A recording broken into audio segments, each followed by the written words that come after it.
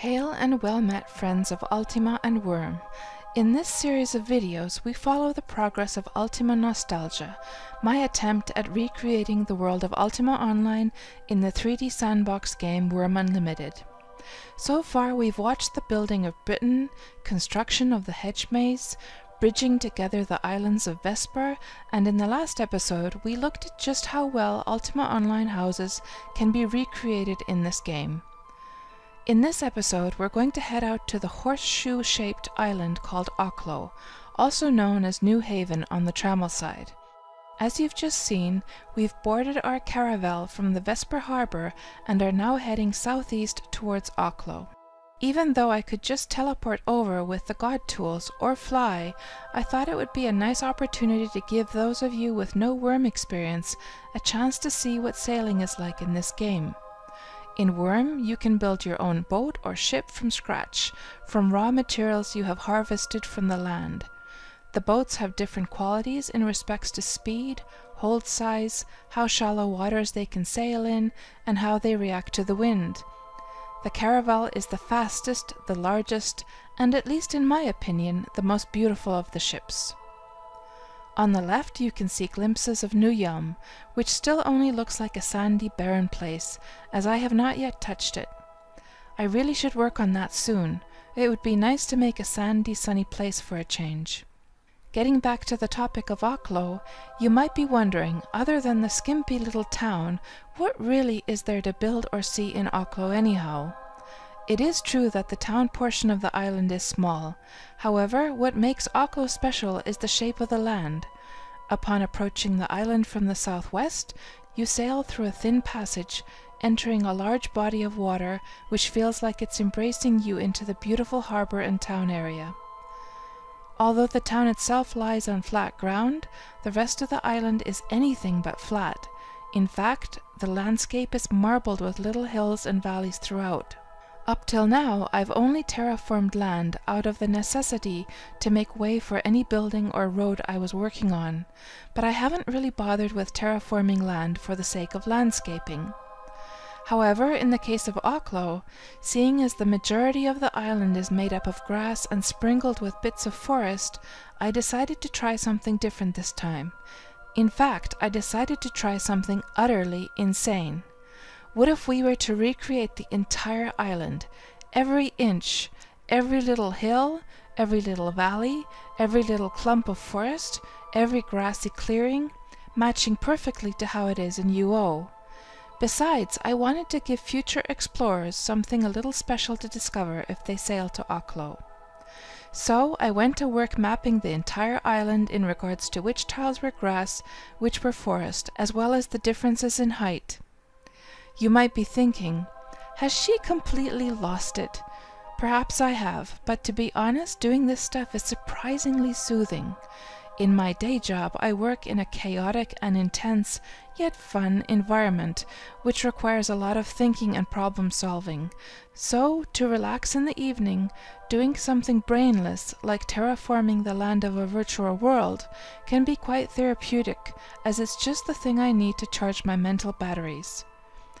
I'm sure you guys all agree that there's just something very relaxing about grinding in an MMO, whether that be mining, crafting, or farming mobs. With a tile-based game like Worm, especially seeing as the tiles of the 3D geometry are so huge, it's actually pretty challenging to make the environment look natural and flowing, so I was also super curious to see whether putting effort into shaping the land itself would actually pay off. Would it make the world look more organic and beautiful? We'll soon find out. First thing to do is wipe away all the original trees and create a clean slate. In the Vesper episode, I talked about the new features of the Paint Terrain tool and how much easier it is now to change the terrain types. The update to the tool was exactly what I needed for this task, which would have been painstaking and maddening otherwise. You can set both the tile type you want to paint, but also how many tiles it paints at a time. As you can see, this tool is very handy indeed.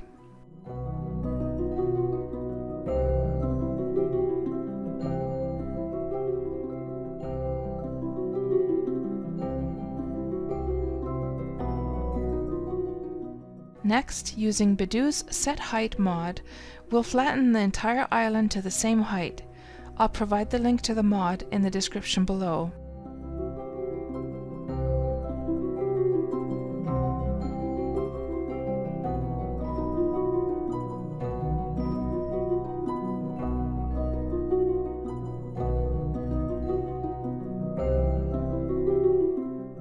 Now that the whole island is flat, I need to take a screenshot and match the tile grid up to my gridded Photoshop file. So as always, I mark the tiles so I can see them from high up above. Since my goal is to recreate the entire island, lumps, bumps and all, I needed to mark the whole island this time to get the scale correct. So I made 10 × 10 tile sections.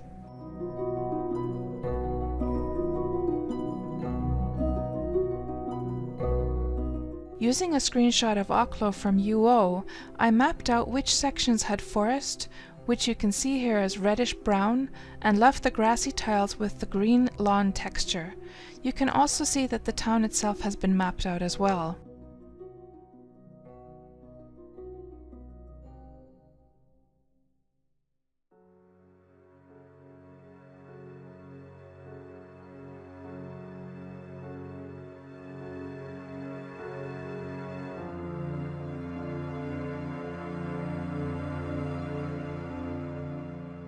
Once the tile types were all mapped out, I needed to mark height somehow, so I made temporary chain fences, which I will delete once I'm done terraforming the height.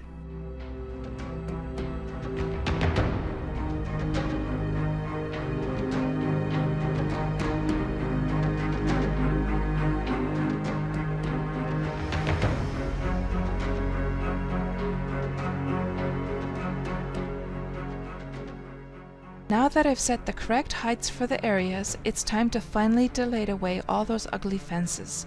So satisfying to do.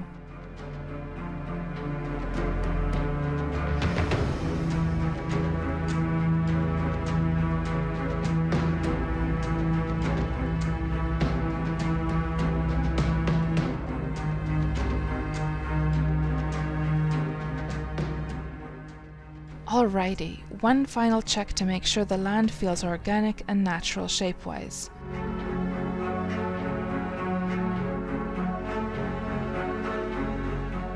After all of the tedious and unforgiving dirty work, we're finally ready to move on to the fun and rewarding stuff. Now let's get to work painting forest tiles over those ghastly brown tiles. I really like the walnut trees, so we'll use those.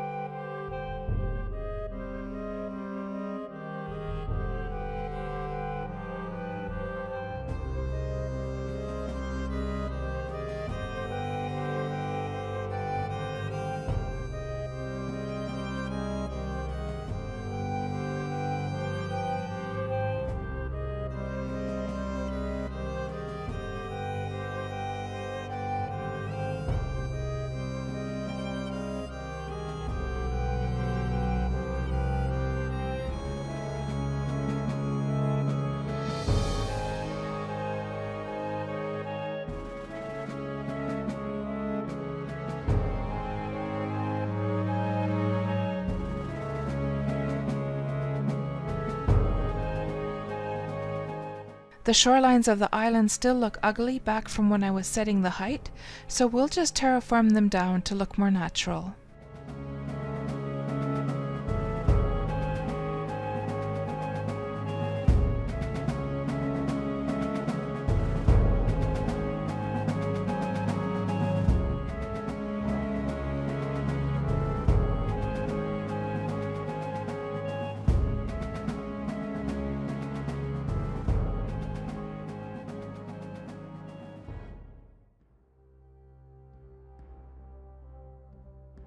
Alrighty, now the edges of the island look much more natural.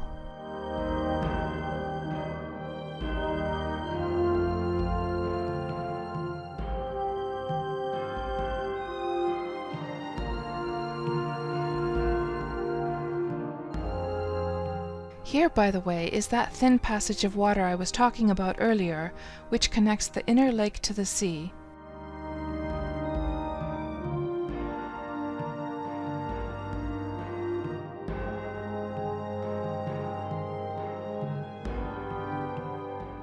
Time to start work on the town itself.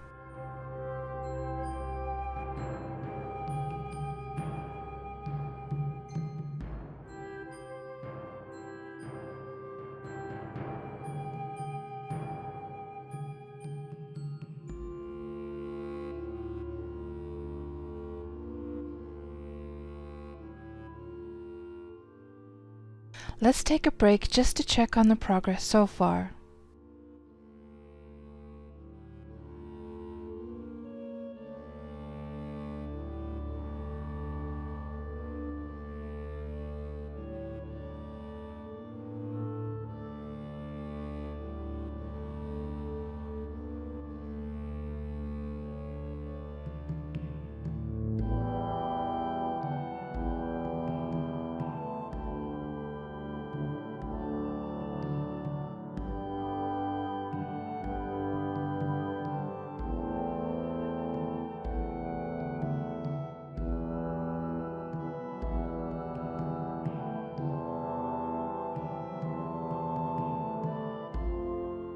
Okay guys, the moment of truth is here, to see whether all that painstaking work was worth it. But let's do more than just run through the forest by foot. Let's make this special by going horseback. And what better horse for that than the beautiful Ebony Black? Not only the rarest horse type, but also the fastest horse in the game, and whose color is directly inspired from the nightmares of Ultima Online. Don't believe me? Check out the horsey video I've linked in the description below and see for yourself. Normally, when breeding horses in Worm, it's very hard to get this color, but since we're in Worm Unlimited and in God mode, I can simply summon a horse and change its attributes with the Ebony Wand. The name of the wand is a coincidence, by the way. To summon a creature, activate the Ebony Wand, target the ground, go to the Specials menu, and choose Summon. Here you can choose which animal, mob, or NPC to summon and set its age amongst other things.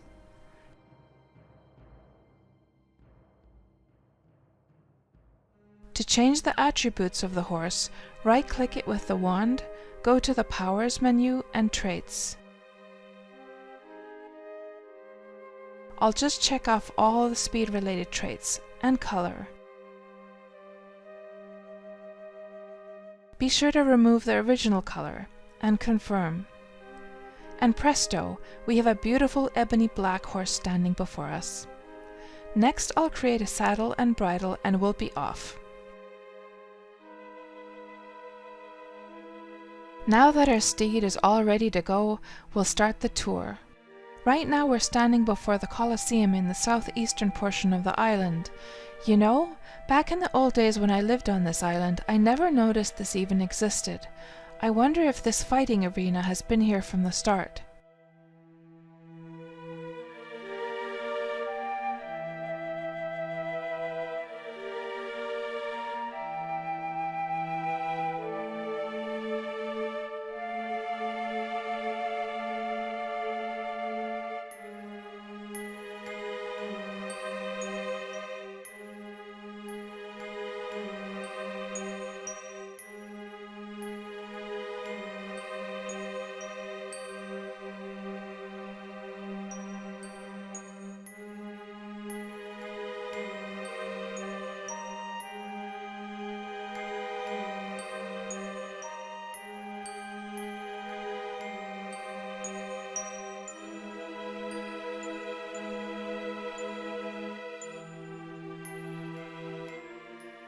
As we start riding through the forest, you'll see I've placed some benches and lamps along the shorelines.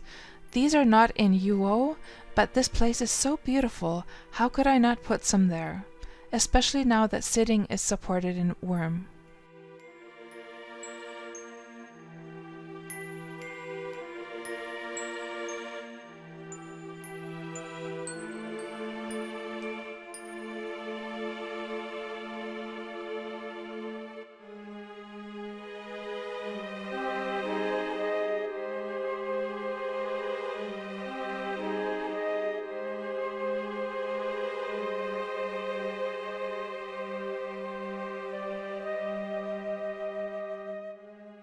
We've got to cross the canal, so I tried leading the horse into the water. However, for some reason, when I'm in God mode, the horse does not respond to leading at all. Not sure why that is. But what I can do is mount the horse and we can fly over together. When flying in God mode, apparently being mounted on a horse will make you fly faster, and I hear that being boarded on a ship will make you go even faster than that. Never tried flying with a ship though, but it must be funny to do.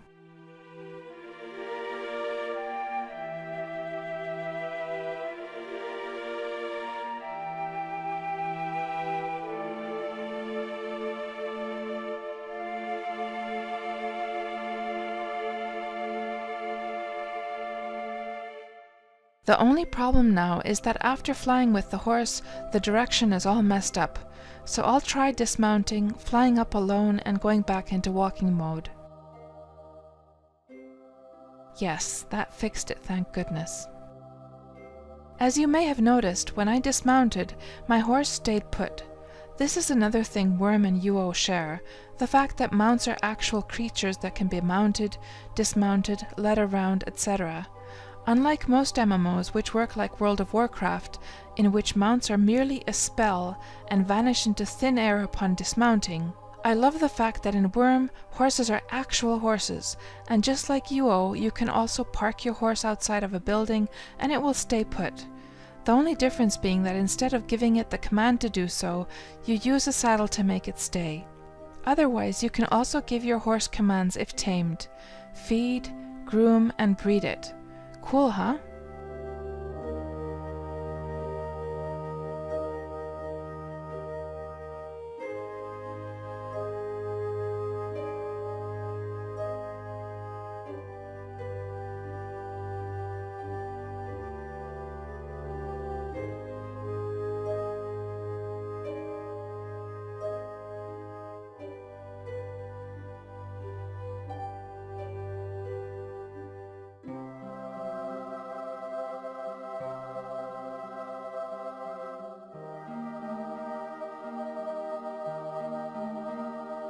Now let's reset our location at the Colosseum and then head north along the pathway to get to the town.